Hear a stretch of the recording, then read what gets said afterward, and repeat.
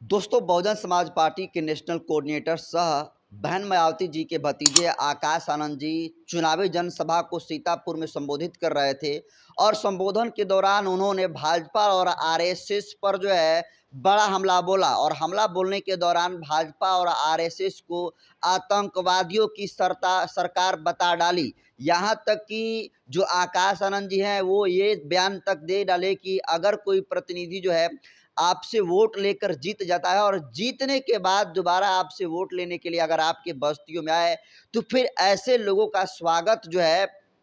जूता और चप्पल से होना चाहिए। उसके बाद दोस्तों आकाश आनंद का ये बयान सोशल मीडिया पर वायरल होता है और आकाश आनंद जी पर एक साथ 4 एफआईआर होता है और इन 4 एफआईआर के अलावे उनके 30 और साथियों पर एफआईआर दर्ज हो जाता है। एफआईआर दर्ज होने के बाद तमाम बहुजन समाज का एक बड़ा तबका आकाश आनंद के समर्थन में उतर जाता है और इसका लगातार विरोध करने लगता है। इस कड़ी में आपको बता दूं कि देखिए भीम आर्मी चीफ सह आजाद समाज पार्टी के राष्ट्रीय अध्यक्ष चंद्रशेखर आजाद का इस पर सबसे बड़ा जो है बयान आया है। चंद्रशेखर आजाद ने आकाश आनंद पर हुए एफआईआर को लेकर कहा है कि चुनाव के वक्त में आक्रामकता दिखाकर भाषण देकर कोई फायर ब्रांड नेता नहीं बन सकता है।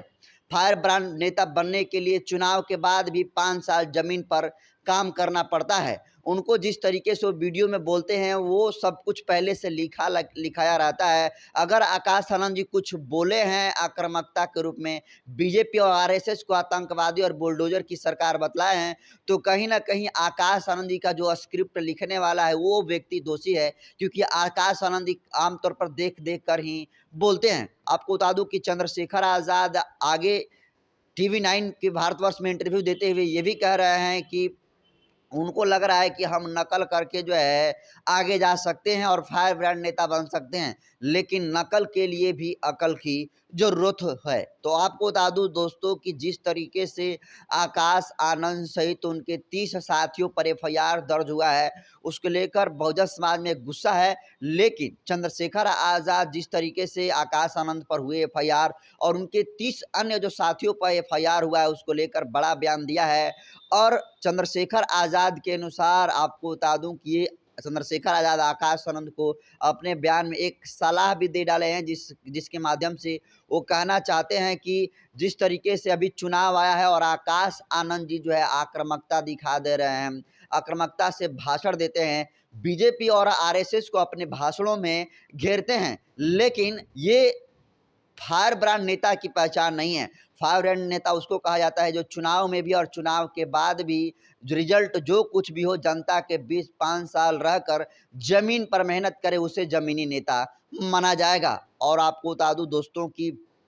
देखिए एक तरफ जहाँ चंद्रशेखर आज़ाद पर सैकड़ों मुकदमे दर्ज हैं, वहीं पहली बार समाज सेवा के दौरान भाषण देने के दौरान, वो भी आक्रामकता भाषण देने के दौरान आकाश आनंद जी पर एफआईआर दर्ज होता है, जिस पर जो है चंद्रशेखर आज़ाद जी जो है कहते हैं कि अगर आप समाज सेवा करेंगे तो निश्चित तौर पर जो है आप पर एफआईआर होगा ही होगा, क्योंकि ये सरकार बीजेपी और आरएसएस की है। अगर आप सामाजिक न्याय के आंदोलन के लिए आप सड़कों पर उतरते हैं, लोगों की आवाज़ उठाने के लिए आप उनकी आवाज़ को बुलंद करते हैं, तो निश्चित तौर पर आप एफआईआर को सामना करना ही पड़ेगा। इसके लिए आपको बता दूं देखिए चंद्रशेखर आज पर सैकड़ों एफआईआर दर्ज है और पहला बार ऐसा हुआ है कि जो बहन मायावती जी के भतीजे आकाश आनंद जी हैं, वो अभी नए नवेले चेहरे हैं और वो अभी हाल ही फिलहाल में बसपा के उत्तराधिकारी बने हैं। लेकिन जिस तरीके से वो आक्रामकता से बयान देते हैं, उनको लगता है कि ये आक्रामकता से बयान देकर चंद्रशेखर आज़ाद का